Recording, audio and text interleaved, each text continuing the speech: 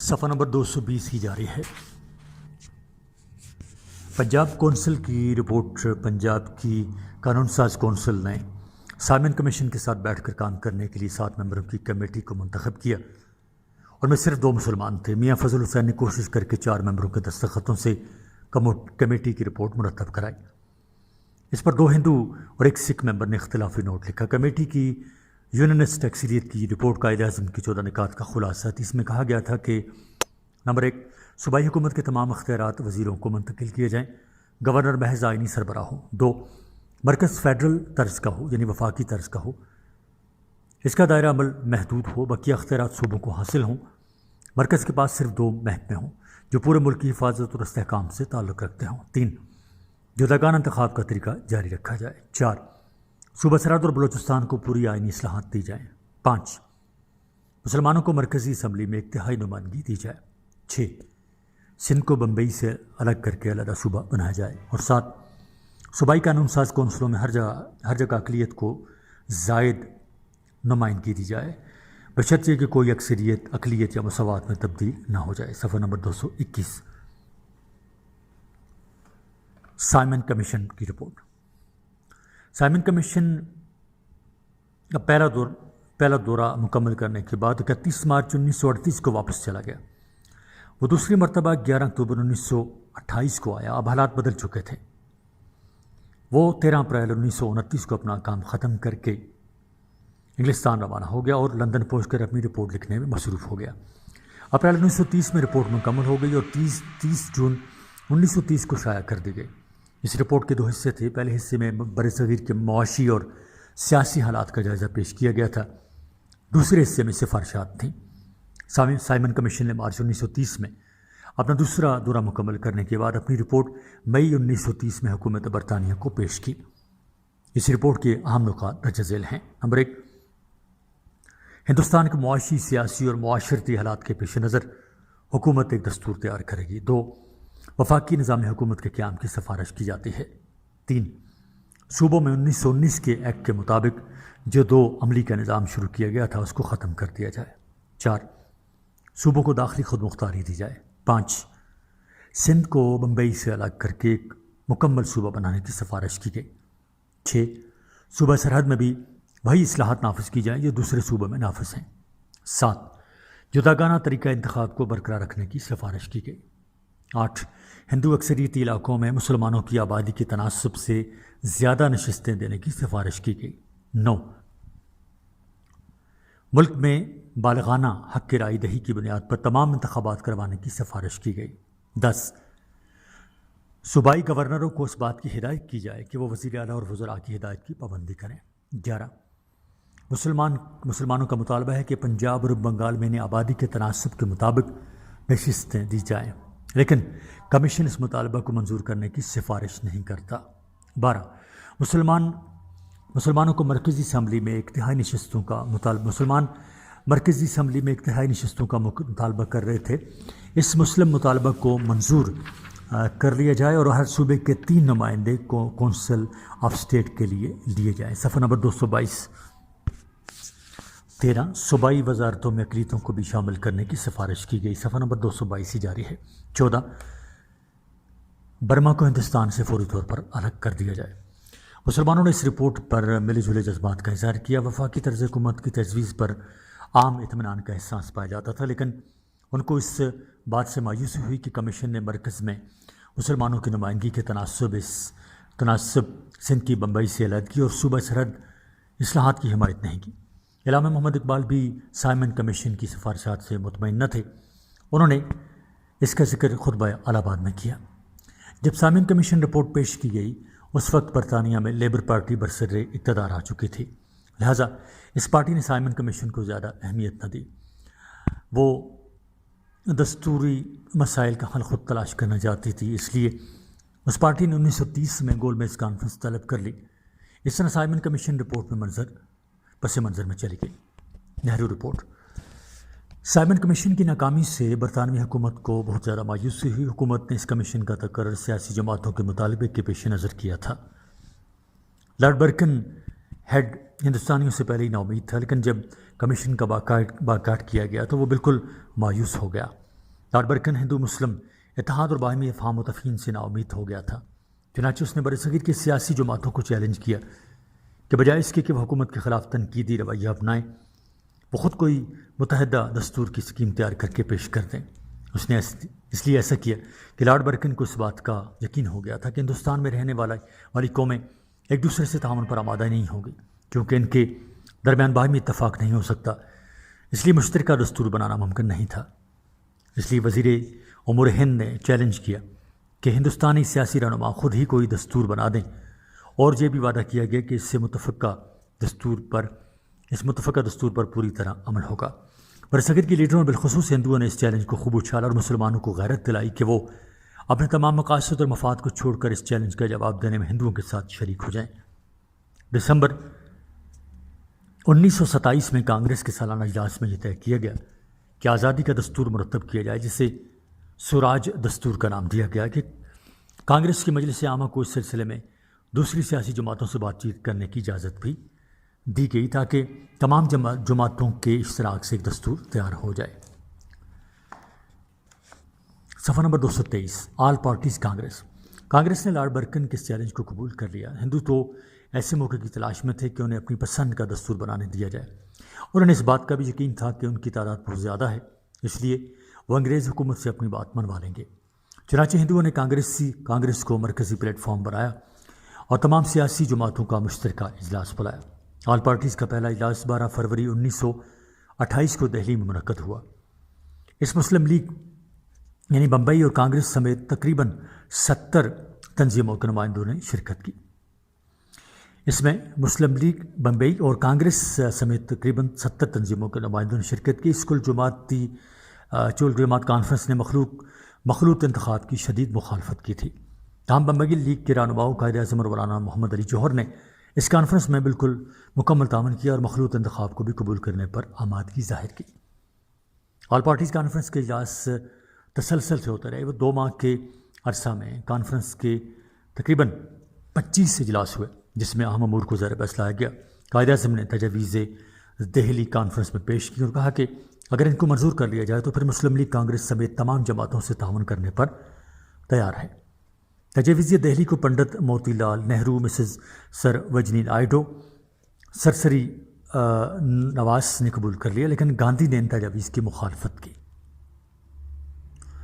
مسلم league کے رہنماؤں کو ہندو قیادت کا رویہ ناگوار محسوس ہوا، چنانچہ انہوں نے اس بات کو واضح کر دیا کہ اگر تجاویز دہلی کو نہ مانا گیا تو مسلمان جداگانہ انتخاب کے اصول سے کبھی بھی دستبردار نہیں ہوں گے۔ مارچ 1928 سے مئی 1928 تک کانفرنس کے اجلاس منعقد ہوتے رہے، لیکن کوئی خاطر خواہ نتیجہ نہ نکلا۔ اس کے بعد آل پارٹیز کا دوسرا دور 9 مئی سے دوبارہ شروع ہوا، لیکن ہندوؤں کے متعصبانہ رویے کی وجہ سے کچھ جماعتوں کے نمائندوں نے اس میں شرکت نہ کی۔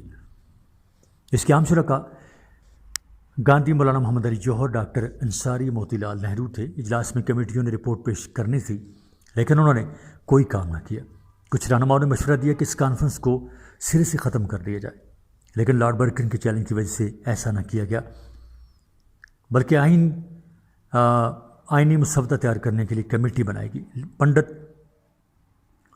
موتی لال نہرو اس کمیٹی کا سربراہ تھا۔ اس کمیٹی میں مسلمانوں کو نمائندگی نہ ہونے کے برابر تھی۔ اس کے بعد آل پارٹیز کا تیسرا اور دور 28 اگست 1928 سے شروع ہوا۔ کانگریس کی صدارت پنڈت موتی لال نہرو نے کی۔ صفحہ نمبر 224۔ اجلاس میں نہرو رپورٹ پیش کی گئی۔ نہرو کمیٹی نے اس رپورٹ کو 3 ماہ میں ترتیب دیا۔ اس کمیٹی نے مسلمانوں کو بالکل نظر انداز کر دیا۔ کوئی بھی مسلم جماعت اس پر متفق نہ ہوئی۔ مسلمانوں نے اس رپورٹ کو مسترد کر دیا۔ صفحہ نمبر 224 جاری ہے۔ سفارشات۔ نہرو رپورٹ کے عام نکات درج ذیل ہیں۔ نمبر 1، مسلمانوں کو 1909 کی اصلاحات کے تحت جداگانہ طریقہ انتخاب کا حق دیا گیا تھا اور بعد میں معاہدہ لکھنؤ سے بھی اس کی توثیق کی ہوئی، لیکن اب اس کو مسترد کیا جاتا ہے کیونکہ یہ اتحاد کے خلاف ہے، جبکہ قائد اعظم خود بھی تجاویزی دہلی میں جداگانہ طریقہ انتخاب سے دستبردار ہو چکے ہیں۔ 2، برصغیر کو نو آبادیاتی نظام کا درجہ دیا جائے، البتہ داخلی خود مختاری مقامی باشندوں کو دی جائے۔ 3، نہرو رپورٹ میں وفاقی نظام کے نفاذ کا مطالبہ کیا گیا، لیکن مرکز اور صوبوں کے درمیان اختیارات کی تقسیم کی جو تجویز پیش کی گئی وہ وفاقی نظام سے زیادہ وحدانی تھا۔ 4 مرکزی قانون ساز اسمبلی میں مسلمانوں کی نشستیں ایک تہائی نہیں ہوں گی بلکہ کل نشستوں کا 25% ہوں گی۔ 5 مسلموں اور غیر مسلموں کے لیے صوبوں میں آبادی کے تناسب سے زیادہ نشستیں دینے کے اصول کو ختم کر دیا گیا۔ 6 صوبہ سرحد میں دوسرے صوبوں کی طرح اصلاحات نافذ کی جائیں۔ 7 سندھ کے علاقے کو بمبئی سے الگ کر کے ایک صوبہ بنا دیا جائے۔ 8 مسلمانوں کا آئینی تحفظ کا مطالبہ غیر ضروری ہے کیونکہ ان کی آبادی بہت کم بھی نہیں ہے۔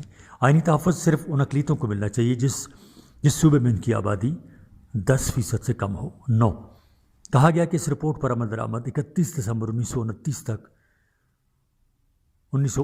تک مکمل کر لیا جائے، بصورت دیگر کانگریس اس کو ردی کی ٹوکری میں پھینک دے گی اور مکمل آزادی کا مطالبہ کرے گی۔ صفحہ نمبر 225 اجلاس اگست۔ موتی لال نہرو نے 10 اگست 1928 کو نہرو رپورٹ آل پارٹیز کے صدر ڈاکٹر مختار احمد انصاری کو پیش کی۔ 28 اگست کو آل پارٹی کانفرنس کا ایک اجلاس لکھنؤ میں منعقد ہوا جس میں نہرو رپورٹ پیش ہوئی۔ اجلاس میں مولانا شوکت علی اور مولانا حسرت موہانی نے مسلمانوں کی نمائندگی کی۔ انہوں نے نہرو رپورٹ پر سخت تنقید کی اور اس کے عیوب اور نقائص ظاہر کیے۔ اجلاس سے مدن موہن مالویہ نے یہ قرارداد پاس قرار دی کہ سندھ کی بمبئی سے علیحدگی اور صوبہ سرحد میں سیاسی اصلاحات کا نفاذ نہرو رپورٹ کے مطابق حکومت قائم ہو جانے کے بعد ہوگا۔ مسلم رد عمل۔ ہندوؤں کا یہ خیال تھا کہ انہوں نے نہرو رپورٹ تیار کر کے لارڈ برکن ہیڈ کے چیلنج کا جواب بہت اچھے طریقے سے دیا ہے، چنانچہ کانگریس نے حکومت سے مطالبہ کیا کہ وہ اپنے وعدے پر عمل کرے اور اس کو دستور کا حصہ بنائے۔ حالانکہ نہرو رپورٹ صرف ہندو رپورٹ تھی، اس میں مسلمانوں کے مفادات کا کوئی خیال نہیں رکھا گیا تھا اور اس سے صاف نظر آتا تھا کہ ہندو اپنا راج قائم کرنا چاہتے تھے۔ انہوں نے پہلے سے طے شدہ اصولوں کو مسترد کر کے مزید تنازعات پیدا کر دیے تھے۔ مولانا محمد علی جوہر نے اس رپورٹ کو ہندو کے غلبہ اور مسلمانوں کی دائمی غلامی سے تشبیہ دی اور نہرو رپورٹ کو مسترد کر دیا۔ مسلم لیگ کا ایک گروپ تو پہلے ہی اس کے حق میں نہیں تھا، قائد اعظم کی بمبئی لیگ نے بھی اس کو نامنظور کر دیا۔ مسلمانوں کی کئی تنظیموں نے نہرو رپورٹ کے خلاف قراردادیں منظور کر کے انگریز حکومت کو بھیجی۔ نہرو رپورٹ نے ہندو مسلم اتحاد کے خواب کو چکنا چور کر دیا۔ اب مسلمان اس مقام پر پہنچ چکے تھے جہاں وہ اپنی الگ منزل کا تعین کرنا چاہتے تھے۔ نہرو رپورٹ نے مسلمانوں کے حقوق سلب کرنا چاہے، جس سے مسلم دنیا میں بہت زیادہ اضطراب پیدا ہوا۔ ان کو اس بات کا یقین ہو گیا تھا کہ ہندوؤں کے ساتھ اتفاق اور اتحاد نہیں ہو سکتا۔ چنانچہ آل مسلم پارٹیز کا اجلاس بلایا گیا۔ آل پارٹیز کانفرنس میں نہرو رپورٹ کو قائد اعظم مولانا محمد علی جوہر اور دیگر رہنماؤں کی مخالفت کے باوجود حتمی طور پر منظور کر دیا گیا، جس سے ہر مسلمان بددل تھا۔ کانگریس نے انگریز حکومت سے مطالبہ کیا کہ 31 دسمبر 1928 تک آئین ترتیب دیا جائے، ورنہ کانگریس ایجیٹیشن شروع کر دے گی۔ اس وقت مسلمانوں میں بہت زیادہ بے چینی پیدا ہوئی کہ کہیں حکومت نہرو رپورٹ کے مطابق دستور نہ بنا لے۔ ایسے میں مسلمانوں نے اپنے اختلافات بڑھا دیے اور ایک مرکز پر اکٹھے ہو گئے۔ صفحہ نمبر 226۔ جب آل پارٹیز مسلم کانفرنس کا اجلاس دہلی میں اور آل پارٹیز کنونشن کلکتہ میں ہوا تو قائد اعظم نے آخری کوشش کرتے ہوئے کنونشن میں ایک زبردست تقریر کی، لیکن ہندوؤں نے قائد اعظم کی بات کو نہ مانا۔ اس بات پر قائد اعظم کو بہت زیادہ افسوس ہوا اور ان کی ہمدردیاں مسلم جماعتوں کے ساتھ ہو گئیں۔ 1 جنوری 1929 کو آل پارٹیز مسلم کانفرنس میں سر محمد شفیع نے ایک قرارداد پیش کی، اس کو متفقہ طور پر منظور کر لیا گیا۔ اس میں نہرو رپورٹ کا جواب دیا گیا تھا۔ اس میں بتایا گیا تھا کہ مسلمان نہرو رپورٹ کی تیاری میں شامل نہیں تھے، اس لیے مسلمانوں کو ایسا کوئی دستور منظور نہیں ہوگا جو نہرو رپورٹ کی روشنی میں بنایا جائے گا۔ اس قرارداد کے عام نکات درج ذیل ہیں۔ نمبر 1، ہندوستان کے دستور میں وفاقی نظام حکومت کو اپنایا جائے اور صوبوں کو داخلی خود مختاری دی جائے۔ 2، مرکزی اور صوبائی وزارتوں میں مسلمانوں کے نمائندے بھی لیے جائیں۔ 3، مرکزی قانون ساز اسمبلی میں مسلمانوں کی تعداد 1/3 سے کم نہ ہو۔ 4، مسلمانوں کو تمام صوبائی اسمبلیوں میں ان کی آبادی کے تناسب سے نمائندگی دی جائے۔ 5، جداگانہ طریقہ انتخاب کو جاری رکھا جائے۔ 6، مرکزی اور صوبائی وزارتوں میں مسلمانوں کا کوٹا مقرر کیا جائے۔ 7، مسلمانوں کی اجتماعی اور انفرادی زندگی کو تحفظ دیا جائے۔ 8، مسلمانوں کے ثقافتی اور مذہبی ورثے کا تحفظ کیا جائے۔ 9، صوبہ سرحد اور بلوچستان میں اصلاحات نافذ کی جائیں۔ آل پارٹیز مسلم کانفرنس نے نہری رپورٹ کے خلاف جو محاذ بنایا تھا وہ بڑی حد تک مؤثر ثابت ہوا۔ تمام پارٹیوں نے اس بات کا فیصلہ کیا کہ مشترکہ پلیٹ فارم بنایا جائے تاکہ مستقبل میں اس کو استعمال کیا جا سکے۔ صدارت کا عہدہ مستقل طور پر سر آغا خان کو سونپ دیا گیا۔ آل پارٹی مسلم کانفرنس بہت کامیاب رہی، اگرچہ اس وقت مسلم لیگ ٹوٹ چکی تھی اور اس کے رہنما بکھر کر رہ گئے تھے۔ کلکتہ کنونشن کے بعد قائد اعظم کو یقین ہو گیا تھا کہ ہندو اور مسلمانوں کے درمیان اتفاق رائے نہیں ہو سکتا، چنانچہ انہوں نے مسلم لیگ کے دونوں دھڑوں کا اجلاس دسمبر میں دہلی میں بلایا۔ اس میں مصالحت کروانے میں حکیم اجمل خان نے اہم کردار ادا کیا۔ اس طرح مسلم لیگ دوبارہ سے ایک جماعت بن گئی۔ صفحہ نمبر 227 کلکتہ کنونشن 15 مئی 1928 کو قائد اعظم لندن روانہ ہو گئے تھے۔ اس طرح مولانا محمد علی جوہر بھی یورپ کے دورے پر چلے گئے تھے۔ ان کی غیر حاضری میں نہری رپورٹ شائع ہوئی۔ وہ 13 اکتوبر 1928 کو وطن واپس پہنچے۔ انہوں نے نہری رپورٹ پر فوری تبصرہ نہیں کیا۔ انہوں نے مسلمانوں سے متحد رہنے کی اپیل کی اور فرمایا کہ نہری رپورٹ کی منظوری کے لیے آل پارٹیز کنونشن 22 دسمبر 1928 کو کلکتہ میں بلائے۔ قائد اعظم نے تاریخ بڑھانے کی درخواست کی تاکہ مسلم لیگ کونسل کو رپورٹ پر غور کرنے کا موقع مل سکے، مگر اس سے انکار کر دیا گیا۔ مسلم لیگ نے 23 ارکان پر مشتمل ایک مضبوط کمیٹی بنائی تاکہ نہری رپورٹ سے جنم لینے والے ہندو مسلم مسائل کو حل کیا جا سکے۔ آل پارٹیز کنونشن نے بھی 37 ممبروں کی ایک سب کمیٹی اس مقصد کے لیے قائم کی۔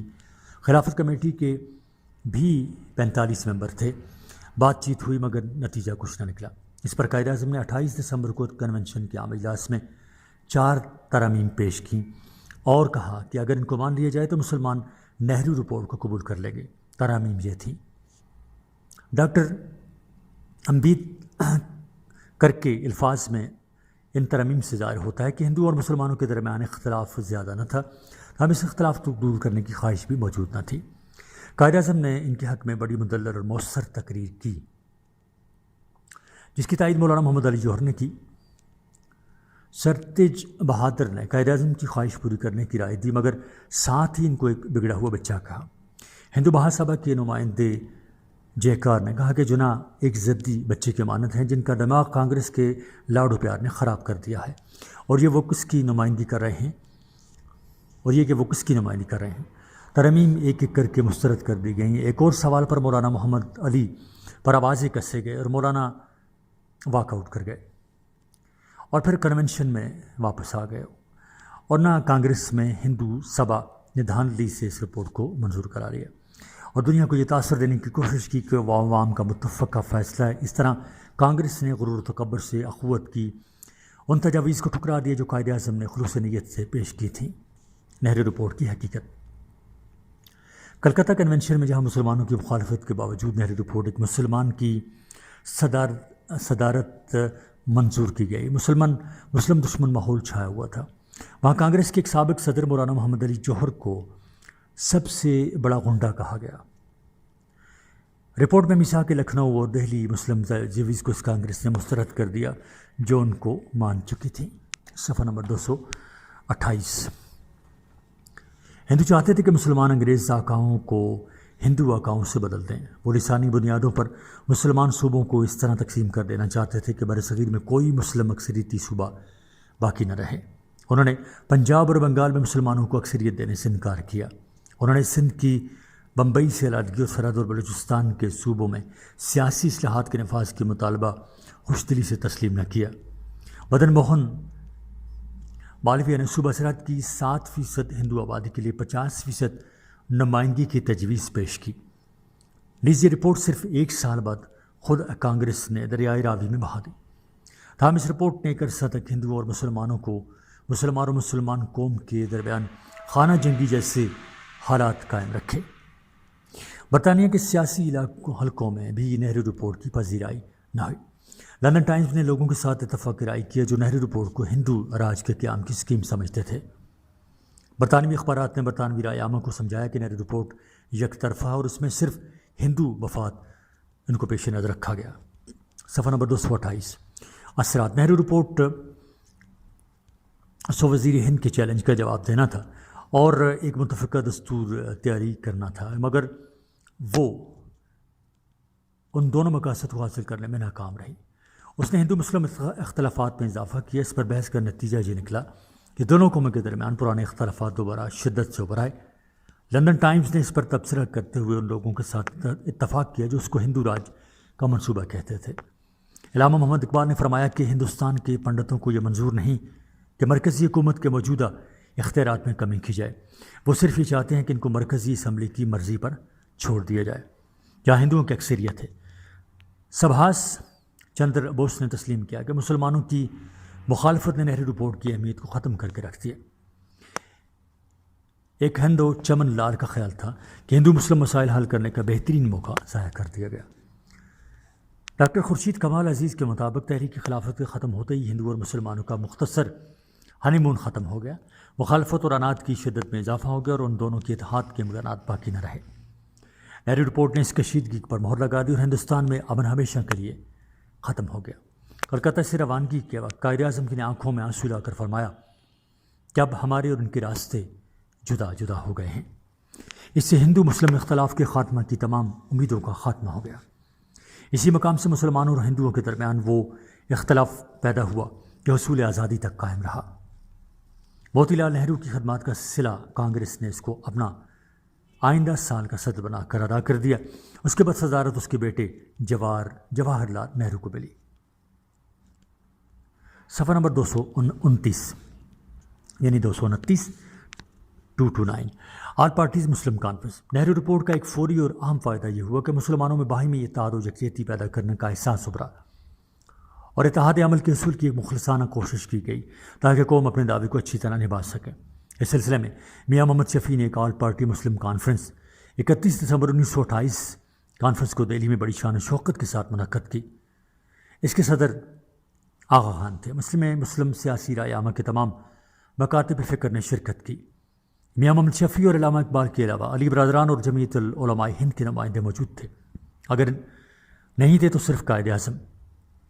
اس لحاظ سے یہ مسلمانوں کا سب سے بڑا نمائندہ اجلاس تھا۔ کانفرنس نے متفقہ طور پر ایک قرارداد 1 جنوری 1929 کو منظور کی جس میں مسلمان قوم کے تمام آئینی مطالبات پیش کیے گئے۔ قرارداد میاں محمد شفیع نے پیش کی جس کی تائید مولانا محمد علی جوہر نے کی۔ قرارداد میں وفاقی مرکزی بقیہ اختیارات کی صوبوں کو منتقلی، جوداغانہ انتخاب، مسلم اقلیتی صوبوں میں اضافی نشستیں، پنجاب اور بنگال میں آئینی اکثریت، مرکز میں ایک تہائی نمائندگی، سندھ کی بمبئی سے علیحدگی اور صوبہ سرحد اور بلوچستان میں آئینی اصلاحات کے مطالبات شامل تھے۔ سید نور احمد کے الفاظ میں ان مطالبات میں فیڈرل ہندوستان کے اندر ایک نیم خود مختار اسلامستان قائم کرنے کا مقصد محتاج تشریح نہ تھا۔ اس کانفرنس نے نہرو رپورٹ کی نفی کر دی اور اس کے اس دعویٰ کی تردید کر دی کہ مسلمان اس کی حمایت کرتے ہیں۔ اس کے ساتھ ہی اس نے مسلم سیاست کا رخ متعین کر دیا۔ اگرچہ آل پارٹیز کانفرنس وقتی ضرورت کے تحت جماعت کی شکل دے دی گئی، اسے وہ مسلم کانفرنس کہلانے لگی، ورنہ 1934 تک مسلمانوں کی ترجمانی کا فرض ادا کرتی رہی۔ مسٹر محمد علی جناح کے 14 نکات۔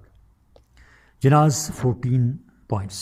نہرو رپورٹ مسلمانوں کے لیے کھلے چیلنج کی حیثیت رکھتی تھی۔ اس سے صاف ظاہر تھا کہ ہندو پورے ہندوستان میں ہندو اکثریت کی بنا پر مبنی ایک ایسی حکومت قائم کرنا چاہتے ہیں جو مسلمانان ہند کے لیے ایک پائیدار جوئے کی حیثیت رکھے۔ صفحہ نمبر 230 جو مسلمان کی گردن سے کبھی اترنے نہ پائے۔ یہ رپورٹ مختلف الخیال مسلمانوں کے لیے ایک تازیانے کی حیثیت رکھتی تھی اور اس تازیانے نے واقعہ مسلمانوں کی انتشار کے دشت سے نکال کر اتفاق کے پلیٹ فارم پر لا کھڑا کر دیا۔ اور اس تازیانے کے واقعہ نے مسلمانوں کو انتشار کے دشت سے نکال کر اتفاق کے پلیٹ فارم پر لا کھڑا کر دیا۔ سر شفیع اور سر فضل حسین کی مشترکہ کوششوں سے اس رپورٹ کی تردید کرنے کے لیے ایک آل پارٹیز مسلم کانفرنس کے انعقاد کا بندوبست کیا گیا۔ یہ کانفرنس 31 دسمبر 1928 کو منعقد ہوئی، لیکن اس دفعہ اتحاد مسلمانان ہند میں تھوڑی سی کسر رہ گئی، یعنی جناح مسلم لیگ شامل نہ ہو سکی۔ آخر کار یہ کانفرنس دوبارہ مارچ 1929 میں بمقام دہلی انعقاد پذیر ہوئی اور یہ فیصلہ ہوا کہ شفیع لیگ اور جناح لیگ کے 2 مختلف وجود ختم کر دیے جائیں اور ان کی جگہ ایک ہی لیگ یعنی مسلم لیگ کا قیام مستحکم کیا جائے۔ اس طرح 2 سال کے بعد نفاق کے بعد دونوں لیگیں مل متحد ہو کر مسلم لیگ کانفرنس کی صورت میں برسر عمل ہوئیں۔ نہرو رپورٹ کو ایک ہندو رپورٹ قرار دیا اور اس کی جگہ مسلمانوں کے مطالبات مندرجہ ذیل 14 نکات کی صورت میں پیش کیے گئے۔ یہ نکات محمد علی جناح نے تیار کی اور تمام مسلمانان ہند نے اس کانفرنس میں انہیں سراہا۔ یہی نکات آگے چل کر جناح کے 14 نکات کے نام سے مشہور ہوئے۔ رسمی طور پر ان نکات کے سلسلے میں جو بیان جاری کیا گیا اس کا متن حسب ذیل تھا۔ 1928 میں کل جماعتی کنونشن کے انعقاد کا مقصد دراصل یہ تھا کہ ملک میں سیاسی اصلاحات کا ایک ایسا جامع منصوبہ تیار کیا جائے جس کو ہندوستان کی سرکردہ تنظیموں کی حمایت حاصل ہو اور جس کی حیثیت ایک ہی قومی سمجھوتے کی ہو۔ عزیز طلبہ، یہ آڈیو ریکارڈنگ آپ کے لیے ہیومینیٹیرین ڈیولپمنٹ آرگنائزیشن ایبٹ آباد کے ذریعے اہتمام کی گئی۔ ہیومینیٹیرین ڈیولپمنٹ آرگنائزیشن ایبٹ آباد 2011 سے اپنی مدد آپ کے تحت صحت، تعلیم اور معاشی خود مختاری کے شعبوں میں بہتری کے لیے کوشاں ہے۔ ادارہ نے نہ صرف خیبر پختونخوا بلکہ ملک بھر کے نابینا طلباء کی تعلیمی مشکلات اور رکاوٹوں کو دور کرنے کے لیے FA تا ماسٹرز لیول کی نصابی کتب اور کورسز، جن میں علامہ اقبال اوپن یونیورسٹی کے کورسز بھی شامل ہیں، کو آڈیو ریکارڈنگ میں منتقل کرنے کا اہتمام کیا ہے تاکہ نابینا طلباء اعلیٰ تعلیم تک رسائی حاصل کر کے ملک و قوم کی ترقی اور خوشحالی میں اپنا بھرپور کردار ادا کر سکیں۔ یہ تمام آڈیو ریکارڈنگز نابینا طلباء کو بالکل مفت فراہم کی جا رہی ہیں۔ نابینا طلباء کے علاوہ دیگر طلباء بھی اس تعلیمی سہولت سے استفادہ کر سکتے ہیں۔ ہیومینیٹیرین ڈیولپمنٹ آرگنائزیشن ایبٹ آباد، ای میل HDOATD@gmail.com، ویب سائٹ HDORG.net، رابطہ نمبر 03459541 یعنی 0345 95 41 838۔ صفحہ نمبر 230 ہی جاری ہے اور جس کی حیثیت ایک ہی قومی سمجھوتے کی ہو۔ انڈین نیشنل کانگریس نے آئینی طور پر اس قسم کے منصوبے کو نہرو رپورٹ کی شکل میں قبول کر لیا، جس میں کہا گیا کہ اگر برطانوی حکومت 31 دسمبر 1928 تک نہرو رپورٹ کی شکل میں قبول اسے کر لیا گیا، جس میں کہا گیا کہ اگر برطانوی حکومت 31 دسمبر 1928 تک نہرو رپورٹ کی سفارشات کو تسلیم نہیں کرتی تو ملک میں سول نافرمانی کی تحریک کا آغاز کیا جائے گا، اور کانگریس نے عوام کے ساتھ وعدہ کیا ہے کہ اگر اس میعاد تک مطالبات تسلیم نہیں ہوئے تو ٹیکسوں کی ادائیگی روک دی جائے گی اور عدم تعاون کو پروان چڑھایا جائے گا۔ یہ دھونس ہندو مہاسبھا کی طرف سے حکومت کے لیے ایک الٹیمیٹم کی حیثیت رکھتی ہے۔ نہرو رپورٹ میں کہا گیا ہے کہ اس میں ایک لفظ کی بھی تبدیلی کی گئی تو ہندو اس پوری رپورٹ کو ماننے سے انکار کر دیں گے، اور یہ کہ کنونشن میں نیشنل لیبر فیڈریشن کے ڈیلیگیٹس نے یعنی وفود نے غیر جانبداری کا رویہ اختیار کیا اور الہ آباد کے جلسہ عام میں قطعی موقف اختیار کرنے سے انکار کر دیا، اور یہ کہ غیر برہمن اور پسماندہ اقوام اس رپورٹ کی واضح مخالفت کر چکے ہیں، اور یہ کہ مسلم لیگ کے ڈیلیگیشن میں نہایت معقول اور اعتدال پر مبنی تجاویز پہلے ہی پیش کر دی ہیں۔ صفحہ نمبر 231، اور ان ترامیم کو مناسب مقام نہیں ملا اور انہیں مانا نہیں گیا، اس لیے مسلم لیگ نہرو رپورٹ کو تسلیم کرنے سے قطعی طور پر قاصر ہے۔ مسلم لیگ نے ایک عمیق غور و خوض کے بعد اور بعزم کلی میں تمام یہ اعلان کرتی ہے کہ حکومت ہندوستان کے آئندہ ان کے سلسلے میں مسلمانان ہند کو کوئی ایسا منصوبہ تسلیم نہیں ہوگا جس میں مندرجہ ذیل بنیادی اصولوں کو پیش نظر نہ رکھا جائے گا، اور جب تک مسلمانوں کے حقوق اور مفادات کے تحفظ کے لیے انہیں اس کا جزو نہ مانا جائے گا۔ یہ 14 نکات آگے چل کر قائد اعظم کے 14 نکات کے نام سے مشہور ہوئے۔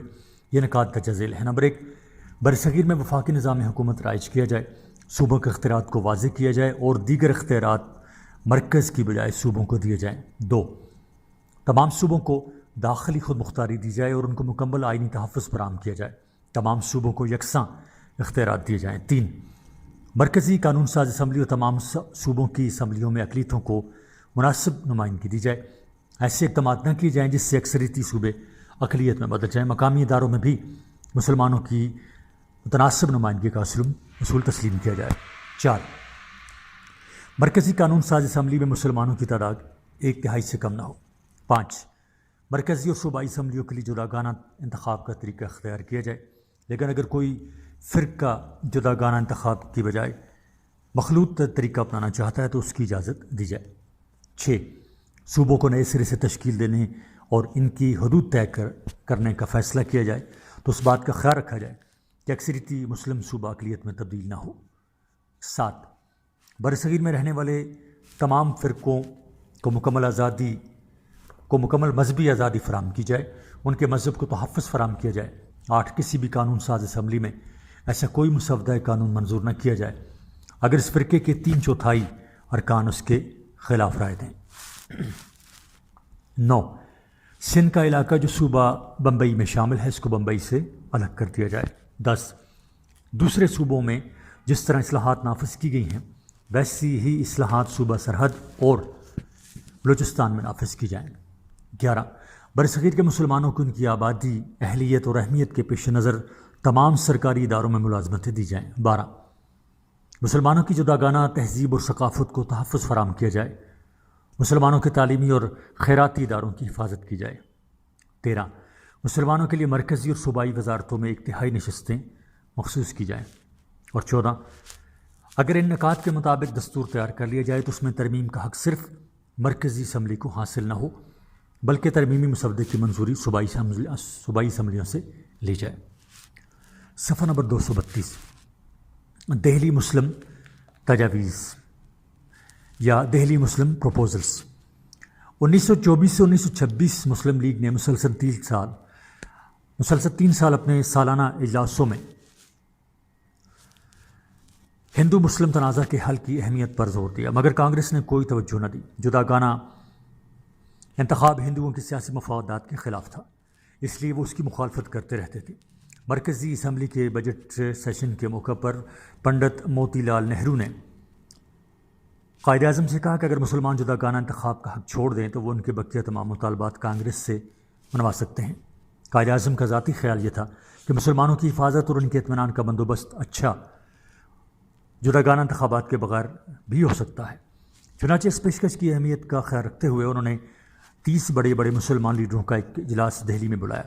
ان میں مولانا محمد علی جوہر، نواب اسماعیل خان، میاں محمد شاہ نواز، مولوی محمد شفیع داؤدی، عبدالمتین چودھری، سر عبدالحکیم عبداللہ، مامون سہروردی اور نواب ذوالفقار علی خان شامل تھے۔ اس اجلاس نے کافی غور و فکر کے بعد 20 مارچ 1900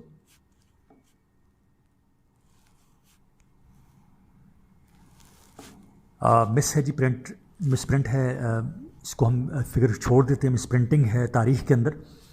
اس اجلاس نے کافی غور و فکر کے بعد اپنی تجاویز کا اعلان کیا جو تاریخ میں دہلی مسلم تجاویز کے نام سے یاد کی جاتی ہیں۔ یہ تجاویز نہایت معقول اور جائز تھیں، اس سے ہندوؤں کا مطالبہ بھی پورا ہو جانا تھا کہ مسلمان جداگانہ انتخاب ترک کر دیں اور اس کے ساتھ مسلمان صوبوں میں بھی وہی آئینی اصلاحات نافذ ہو جاتی جو ہندو صوبوں پر رائج تھیں۔ مولانا محمد علی جوہر نے دعویٰ کیا کہ مخلوط انتخاب کی تجویز صرف انہوں نے مسلمانوں سے منظور کرائی۔ مسلمانوں کا ان تجاویز پر متفق ہونا محمد علی جناح کی بڑی کامیابی تھی اور وہ اپنی فراست اور تدبر سے تمام مسلمانوں کو ایک پلیٹ فارم پر لائے اور آئندہ دستوری اصلاحات کی نسبت ایک مشترکہ پالیسی منظور کرانے میں کامیاب ہوئے تھے۔ صفحہ نمبر 233 یعنی 233۔ انہوں نے ان تجاویز کو ایک یادداشت کی صورت میں ان پر مرکزی اسمبلی کے 28 مسلمان اراکین کے دستخط کرا کے گاندھی کے پاس بھیجا۔ ان تجاویز کی وضاحت کرتے ہوئے ایک اخباری بیان میں انہوں نے فرمایا کہ مسلمان ان تجاویز کو جب ہی قبول کریں گے اگر پہلے ہندو ان کو مان لیں گے۔ ہماری پیشکش کی ساری شرطیں ایک دوسرے سے ملی ہوئی ہیں، ان کو مجموعی حیثیت سے قبول یا مسترد کرنا ہوگا۔ ان جوابی تجاویز سے ظاہر ہوتا تھا کہ ہندوؤں اور مسلمانوں کی سوچ میں کوئی بنیادی تبدیلی نہیں آئی ہے۔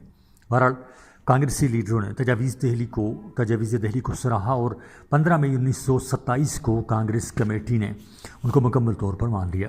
لیکن کانگریس نے اپنے سالانہ اجلاس مدراس میں گاندھی کے اشارے پر اس کی آخری منظوری دینے کے بجائے اس کو آل پارٹیز کانفرنس میں پیش کرنے کا فیصلہ کیا۔ نہرو رپورٹ میں ان تجاویز کو بالکل نظر انداز کر دیا گیا۔ قائد اعظم نے بھی 1943 میں کہا کہ دہلی مسلم تجاویز کو ختم کرنے کی ذمہ داری گاندھی جی پر عائد ہوتی ہے۔ پنجاب کے مسلمانوں کا ایک طبقہ جس میں علامہ محمد اقبال، میاں فضل حسین شامل تھے اور جس کی قیادت میاں محمد شفیع کر رہے تھے، طرز انتخاب کے سوال کو مسلمانوں کی زندگی اور موت کا سوال سمجھتا تھا۔ وہ دہلی کانفرنس میں شریک تھے۔ وہاں انہوں نے اس کے بارے میں کچھ نہ کہا، لیکن لاہور آ کر انہوں نے اس کی مخالفت شروع کر دی۔ میاں محمد شفیع نے کہا کہ محمد علی جناح اپنی انفرادی حیثیت سے مخلوط انتخاب پر راضی ہوئے اور مسلمانوں کی اکثریت کے خلاف کے مخالفت کے باوجود اس پر عمل کرنے کا فرض سنبھالا۔ پنجاب صوبائی مسلم لیگ نے بھی تجاویز دہلی کو قبول کرنے سے انکار کر دیا اور اعلان کیا کہ وہ جداگانہ انتخاب کو کسی صورت میں نہیں چھوڑیں گے۔ ان سب کا موقف یہ تھا کہ مخلوط انتخاب کے ذریعے ہندو اکثریت اپنی مرضی کے چند جاہل، کمینے، قابل نفرت اور قطعی بے دین قسم کے امیدوار مسلمانوں کے نمائندہ بنا کر بھیج سکتی ہے، جو مسلمانوں کے لیے ہندوؤں سے زیادہ خطرناک ثابت ہوں گے۔ اس لیے مسلمانوں کا انتخاب صرف مسلمانوں کے ووٹوں سے ہونا چاہیے۔ تمام مسلمانوں نے اس موقف کی حمایت کی۔ اس سوال پر مسلم لیگ 2 حصوں میں تقسیم ہو گئی اور دسمبر 1937 میں اس کے کلکتہ اور لاہور میں الگ الگ اجلاس ہوئے۔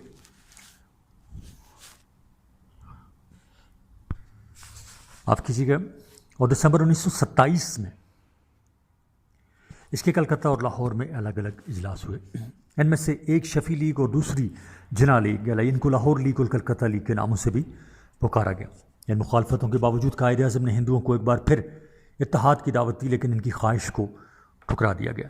صفحہ نمبر 234، باب نمبر 6، علامہ اقبال کا 1930 کا خطاب اور الگ مسلم ریاست کا تصور۔ دی constitutional quest, Allama اقبال's address of 1930 and the idea of a separate Muslim state۔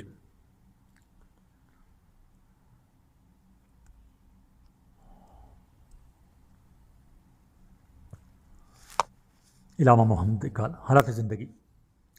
حکیم الامت، شاعر مشرق، مفکر پاکستان، علامہ ڈاکٹر شیخ محمد اقبال 9 نومبر 1873 کو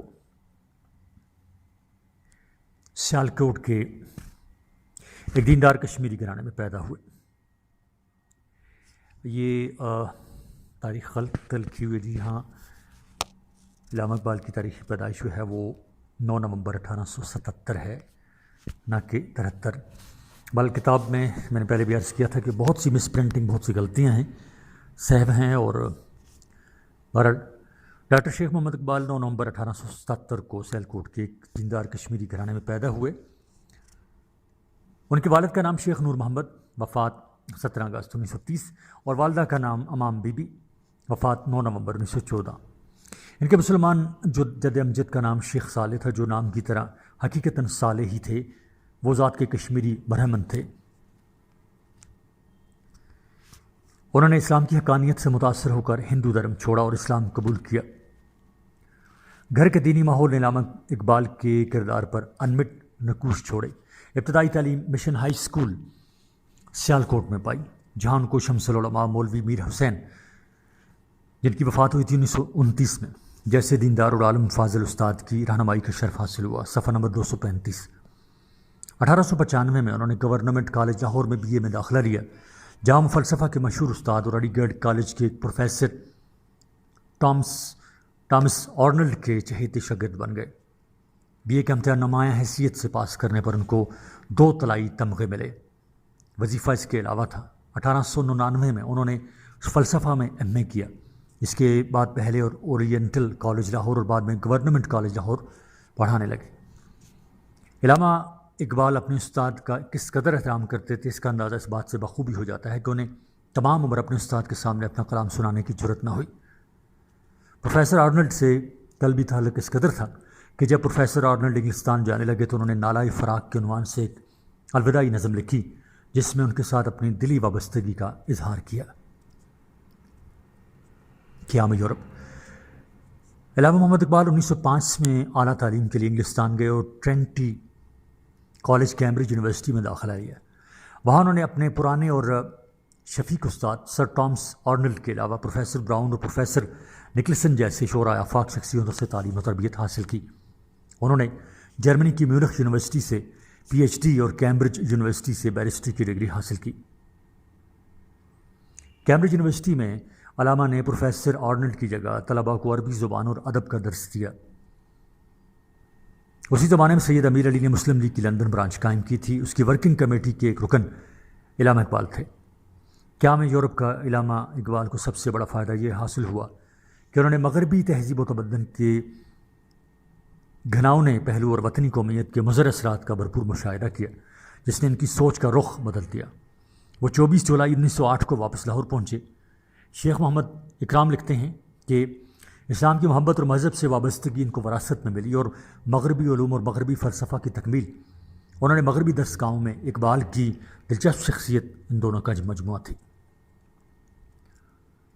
وفات۔ انگلستان سے واپسی پر علامہ محمد اقبال نے پنجاب چیف کورٹ میں پریکٹس شروع کر دی۔ ساتھ ہی انہوں نے گورنمنٹ کالج لاہور میں فلسفہ پڑھانا شروع کر دیا۔ یہ کام انہوں نے کچھ دیر کیا اور پھر چھوڑ دیا۔ جنوری 1923 میں برطانوی حکومت نے آپ کی علمی فضیلت کے اعتراف میں سر کا خطاب دیا۔ انہوں نے خطاب اس شرط کے ساتھ قبول کیا کہ شمس العلماء کا خطاب مولوی میر حسن صاحب کو بھی دیا جائے۔ چنانچہ ایسا ہی ہوا۔ آپ نے 21 اپریل 1938 کو وفات پائی اور بادشاہی مسجد کے زیر سایہ حضوری باغ میں سپرد خاک ہوئے۔ ان کے بڑے بھائی شیخ عطا محمد کا بیان ہے کہ وفات کے بعد ان کا چہرہ اس شعر کا ترجمان تھا: نشان مرد مومن باتو گویم چوں مرگ آید تب سے بر لب اوست۔ صفحہ نمبر 236۔ شاعری۔ اللہ تعالیٰ نے علامہ اقبال کو شاعری کی اعلیٰ صلاحیتیں عطا فرمائی تھیں، جس کا اظہار بچپن ہی سے ہونے لگا تھا۔ فقیر سید وحید الدین لکھتے ہیں کہ ایک مرتبہ مولوی میر حسن نے اپنے ایک رشتہ دار بچے کو، جس کا نام احسان تھا، اقبال کو دے دیا کہ اسے اٹھا لو۔ کچھ دور چل کر اقبال تھک گئے، چنانچہ وہ بچے کو ایک دکان پر کھڑا کر کے سستانے لگے۔ مولوی صاحب اتنی دیر میں کافی آگے نکل گئے، پیچھے مڑ کر دیکھا تو اقبال کھڑے تھے۔ کہنے لگے، اقبال، اس کی برداشت بھی بھاری ہے۔ علامہ اقبال کی زبان سے بے اختیار نکل آیا، تیرا احسان بہت بھاری ہے۔ علامہ اقبال کی شاعری کو 4 ادوار میں تقسیم کیا جاتا ہے۔ خطبہ الہ آباد۔ برصغیر کی سیاسی تاریخ میں علامہ محمد اقبال کے خطبہ الہ آباد کو بہت زیادہ اہمیت حاصل ہے۔ مسلمانوں کی تاریخ میں وہ ایک موڑ کی حیثیت رکھتا ہے۔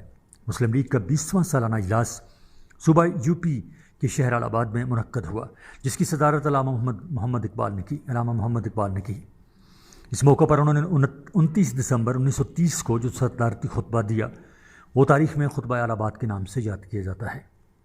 اس میں انہوں نے برصغیر کے تاریخی حالات، مسلمانوں کی سیاسی صورتحال، ہندوؤں کی ذہنیت، اس وقت کے ہندو مسلم تعلقات اور کانگریس کے رویے پر تبصرہ کرتے ہوئے مسلمانوں کے لیے علیحدہ ریاست کے قیام کی تجویز پیش کی۔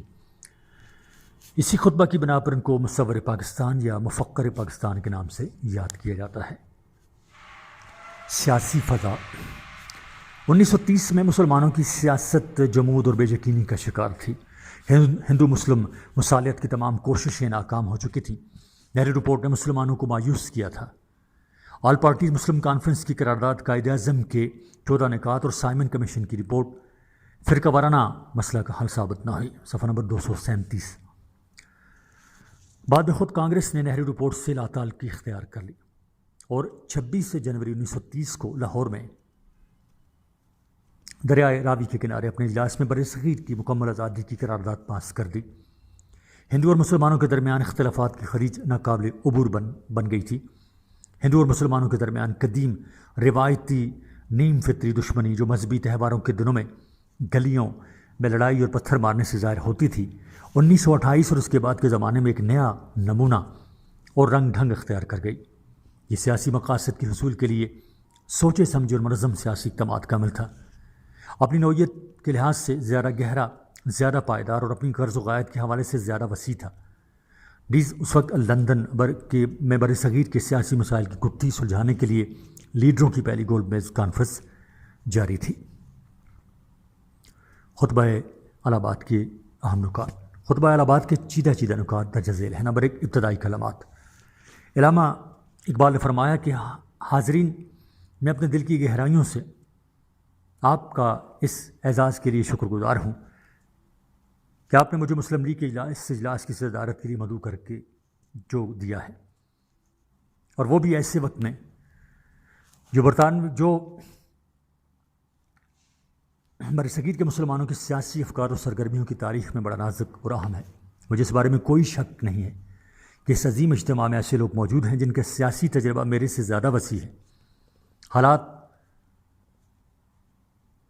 اس طرح کے ہونے کی بنا پر میں ان کا بڑا احترام کرتا ہوں، اس لیے میرے لیے یہ دعویٰ کرنا غلط ہوگا کہ میں باخبر شخصیات کے اس جلسہ کی سیاسی تقاضوں کے حوالے سے فیصلے کی سمت میں رہنمائی کا فرض ادا کر سکتا ہوں۔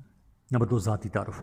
مسلم لیگ کے سالانہ اجلاس کی صدارت کے اعزاز سے جس شخص کو آپ نے عزت بخشی، وہ اسلام کو ایک زندہ اور تابندہ قوت سمجھتا ہے، وہ قوت جو انسان کے ذہن کو نسل اور وطن کے تصور کی قید سے آزاد دے سکتی ہے، وہ ریاست اور افراد دونوں کی زندگی میں اہم کردار ادا کرتی ہے۔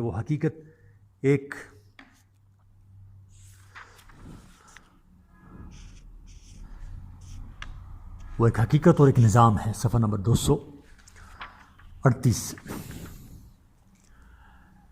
اگر ہم اس کو پا لیں تو ہم مستقبل کے برصغیر میں ایک نمایاں اور ممتاز تہذیب کے ترجمان بن سکتے ہیں۔ میں خود کسی سیاسی پارٹی کا سربراہ ہوں اور نہ کسی لیڈر کا پیروکار ہوں۔ میں نے اپنی زندگی کا بہترین حصہ اسلام، اس کی فقہ، سیاست، تہذیب و تمدن و تاریخ اور ادب کے گہرے مطالعے میں بسر کیا ہے۔ میرا خیال ہے کہ اسلامی روح کے ساتھ جو میرا مسلسل رابطہ رہا ہے، اس نے مجھے اسلامی تعلیمات کو سمجھنے کے بارے میں خاص بصیرت عطا کی ہے۔ اس بصیرت کی روشنی میں یقین رکھتا ہوں کہ مسلم میڈیا اسلام کے ساتھ مخلص اور سچا رہنے کا پختہ عزم رکھتا ہے۔ اسلام کی عالمگیر حیثیت مسلم ہے، لہذا اس قیاس کو بنیاد بنا لیا جائے کہ ہندوستانی مسلمان ہر حال میں اسلامی روح کا ساتھ دینے کو تیار ہیں۔ میں آپ کو آپ کے ذاتی فیصلوں کی طرف رہنمائی کرنے کا کوئی ارادہ نہیں رکھتا، بلکہ میرا کام صرف یہ ہے کہ میں آپ کی توجہ ان بنیادی اصولوں کی طرف مبذول کراؤں جو میرے خیال کے مطابق ان فیصلوں کو عمومی نوعیت کا تعین کرتے ہیں۔ 3، اسلام اور نظریہ قومیت۔ علامہ محمد اقبال رحمۃ اللہ علیہ نے ابتدائی کلمات کے بعد فرمایا، یہ ایک ناقابل تردید حقیقت ہے کہ اسلام نے بحیثیت ایک اخلاقی نصب العین اور نظام سیاست مسلمانان برصغیر کی تاریخ کی تشکیل میں سب سے زیادہ نمایاں کردار ادا کیا ہے۔ اس نے مسلمانوں کو وہ بنیادی جذبات اور وفاداریاں عطا کی ہیں جو منتشر اور افراد اور جماعتوں کو ایک مستحکم قوم میں تبدیل کر دیتے ہیں۔ اس لحاظ سے برصغیر اسلامی دنیا کا واحد ملک ہے جہاں اس قوت نے بہترین کارنامہ انجام دیا ہے۔ برصغیر میں اسلامی ڈھانچہ کی ایک منظم معاشرے کی شکل میں تشکیل کا سبب یہ ہے کہ اس کلچر پر اسلام نے پوری طرح اثر ڈالا ہے، مگر اب نظریات قومیت کی بنا پر جو یورپی سیاسی افکار کی پیداوار ہیں، برصغیر کے مسلمانوں کی موجودہ نسل ان افکار سے متاثر ہو کر ان تصورات کو اپنے ملک میں ایک جیتی جاگتی قوت کے طور پر دیکھنے کے لیے بے چین ہے، مگر اس کو ان حقائق کا علم نہیں ہے جنہوں نے یورپ میں ان تصورات کو فروغ دیا ہے۔ اگر مذہب کے متعلق عقیدہ ہی یہ ٹھہرے کہ اس کا تعلق